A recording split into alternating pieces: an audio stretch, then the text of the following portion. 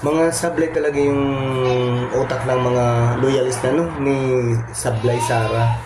Ang San Juanico Bridge, minaliit niya, pinagmalaki niya sa China. Vice President ng Pilipinas. Diyos ko, ano ba kayo mga DDS na mga 80-80? Di nyo naintindihan yun? Dapat payuhan nyo yung Vice Presidente ninyo. Dahil dapat niya pagmalaki dahil Pilipinas siya. At yung tulay na yan San Juanico Bridge, nag-aaral sa Manila, dumadaan yan dyan kasi pag walang tulay San Juanico Bridge, Sara Duterte, hindi makakarating ang mga pasahero, yung mga businessman, direct land trip papunta sa Davao City. Dapat isipin mo yung utak mo. Kung wala kang utak, bumaba ka na, huwag ka na makapagsagutan dyan. Kasi wala ka naman talaga nagawa kung hindi siraan ng Hindi mo naman nagagawa. Mahiya ka naman sa amin mga Pilipino. Kung ayaw mo dito sa Pilipinas, lumayas ka na. San Juanico Bridge, dapat ipagmalaki mo kasi siniraan mo pa. Nasa Australia ka, siniraan mo pa ang Pilipinas. Anong klase kang Vice Presidente? Ano ka, normal or abnormal?